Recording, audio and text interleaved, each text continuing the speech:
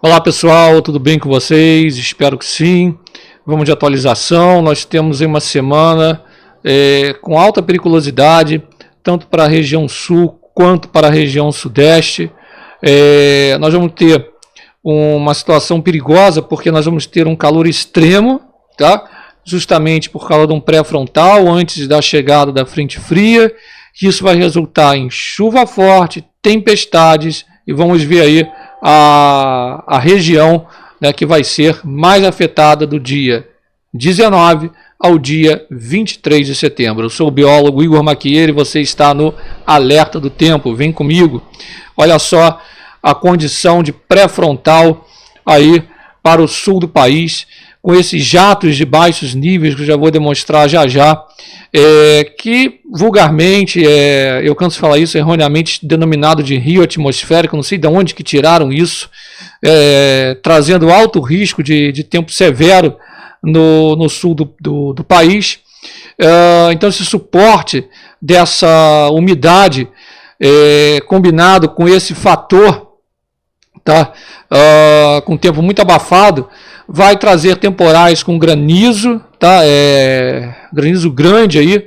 Então, alta taxa de raios, chuvas intensas atingindo o sul do país com a chegada dessa frente fria.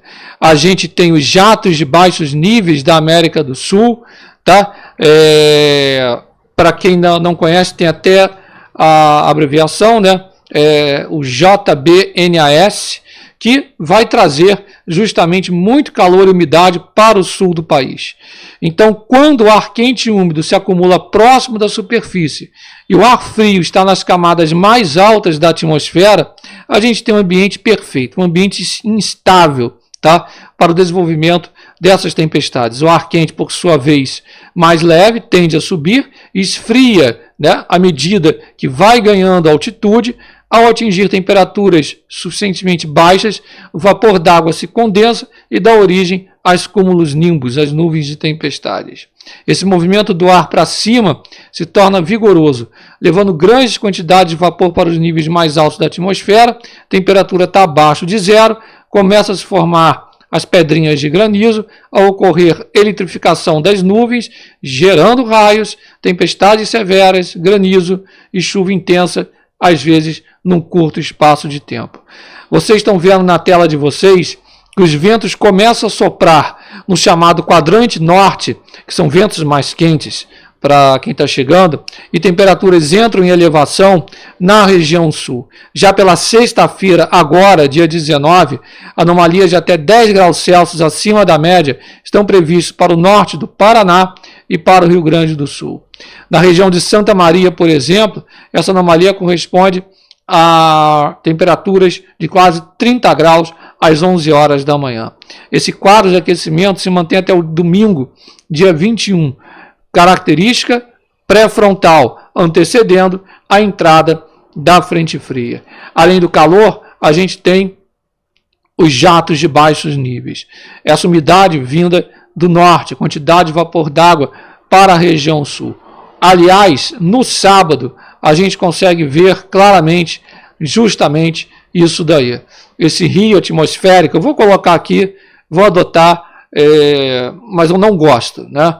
Vai estar direcionado sobre o Rio Grande do Sul, principalmente nas regiões oeste, campanha, centro e sul. Entre sábado e domingo, esse jato de baixo nível, ele atravessa o estado, mantém todo o território em alerta para tempestades com chuvas volumosas ao longo da madrugada. Esse chamado rio atmosférico atinge seu pico e leva a máxima concentração de umidade sobre o norte do Rio Grande do Sul, oeste do Paraná, Santa Catarina, aumentando o risco de tempestades intensas em toda a região sul.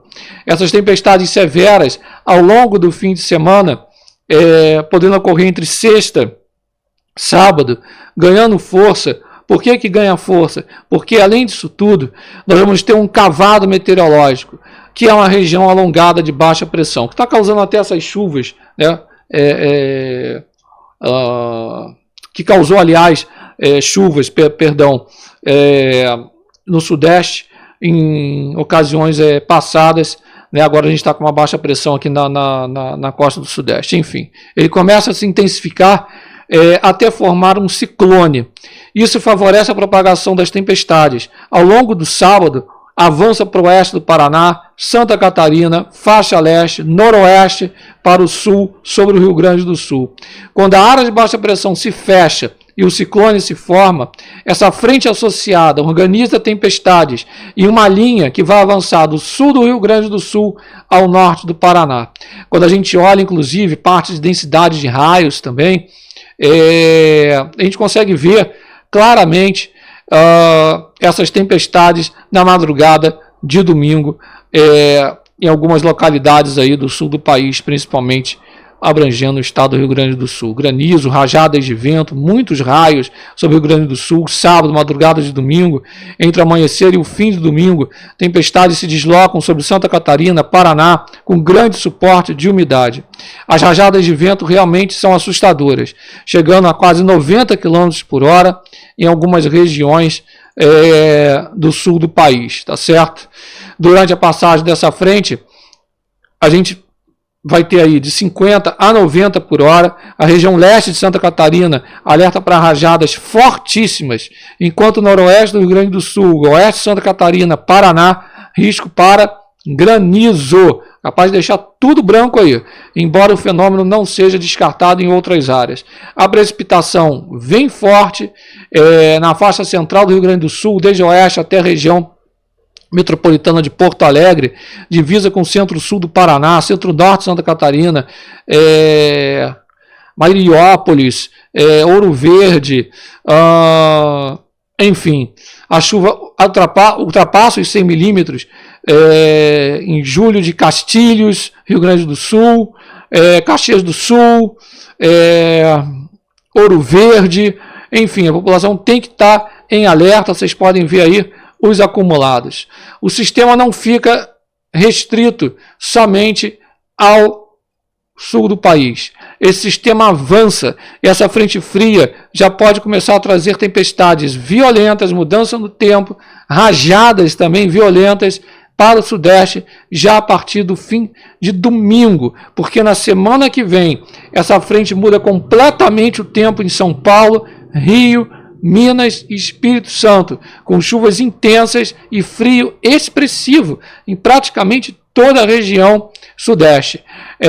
A gente pode ver, tá, que nós vamos ter uma condição também de pré-frontal, tá certo? Aqui no sábado, dia 20, tá? E daqui, quinta-feira, dia 25, com já uma quedinha aqui nas temperaturas, né, um pouco, né, comparando aqui, ó, né, mas eu vou explicar justamente isso daqui. Vamos para a próxima imagem. Aqui é a tarde de domingo, tá? As chuvas já começam a se formar sobre São Paulo e partes de Minas, tá certo? Já começa a atuar no Sudeste. Então, entre a tarde e a noite, muita nebulosidade, pancadas isoladas de chuva se formando, São Paulo, partes de Minas, conforme a gente pode ver na imagem. Na segunda-feira, tempestades fortíssimas se formam no estado de São Paulo, no Alto Paranaíba, em Minas Gerais, causando transtornos para a população. As chuvas vão começar a atingir, ainda que de forma um pouco leve, tá? De leve a moderada, regiões de Minas Gerais e Rio de Janeiro, tá certo? Mas no geral, isso no dia 22, ainda com menor intensidade, tá certo? Que é o que a gente consegue ver aí também na imagem capturada. Na terça-feira, aí sim, as tempestades começam a deixar São Paulo e passam a atuar com maior intensidade no Rio de Janeiro, em sua totalidade, Minas Gerais e também Espírito Santo. Aliás, nesses três estados, transtornos significativos vão ocorrer. Ao total, os acumulados de chuva devem chegar perto dos 100 milímetros ou ultrapassar um pouco em praticamente todo o Sudeste. É uma mudança drástica, considerando que a maior parte dos municípios não registrou essa quantidade de chuva nem nos últimos 3 meses somados. Rajadas fortíssimas de vento, descargas elétricas podem ser registradas, cortes de fornecimento de energia e por aí vai, alagamentos e todo aquele transtorno. Cabe ressaltar que até o dia 26 a gente vê muita chuva também em quase todo o norte do país. O Nordeste fica um pouquinho restrito ao litoral, tá certo? Pegando também partes do sul da Bahia, esses acumulados. Conforme vocês podem ver aqui, onde está mais rosado é a quantidade de chuva, né? Para vocês entenderem. No Brasil Central, aqui a faixa central tem um pouquinho, mas fica bem restrito ao sul, parte do sudeste e ao norte do país. Ressaltar também o seguinte: após a passagem das tempestades da chuva, a gente tem a massa de ar polar que vai avançar praticamente todo o sudeste. As temperaturas caem, tá? Se a gente for comparar ao abafamento, né, por exemplo, o oeste de São Paulo, como eu falei aqui,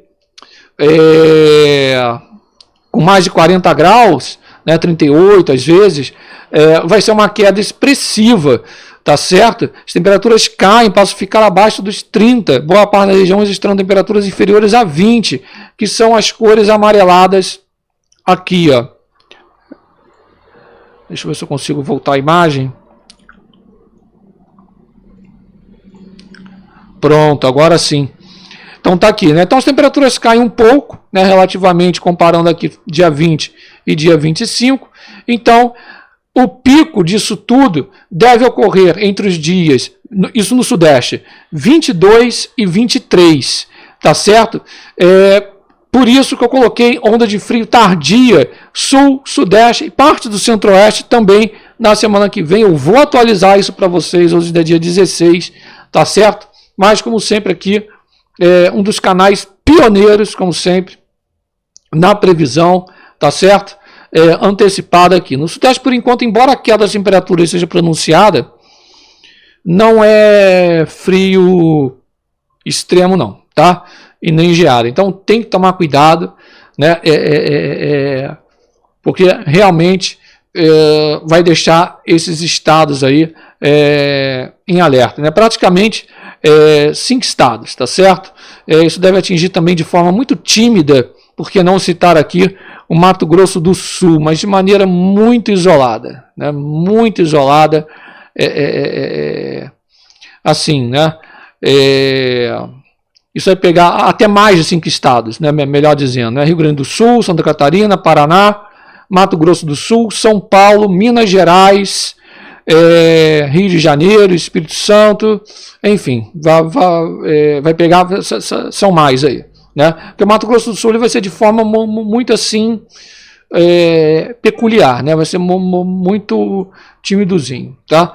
Mas eu vou atualizando vocês aqui, como sempre, o compromisso do canal, mas realmente do dia 19 ao dia 23, Sul primeiro, Sudeste depois, de forma tímida, o Centro-Oeste ali, não, o Mato Grosso do Sul, mas Sul e Sudeste realmente, calor extremo, chuva forte e tempestades vão marcar entre o dia 19 e o dia 23 essas regiões. Siga o canal para mais, se inscreva para mais atualizações, tá certo? Mete o dedão no like.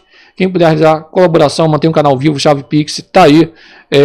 Peço a sua colaboração em ambos os canais, no Ciência e Meio Ambiente. Estou sentindo sua falta lá também. Um abraço.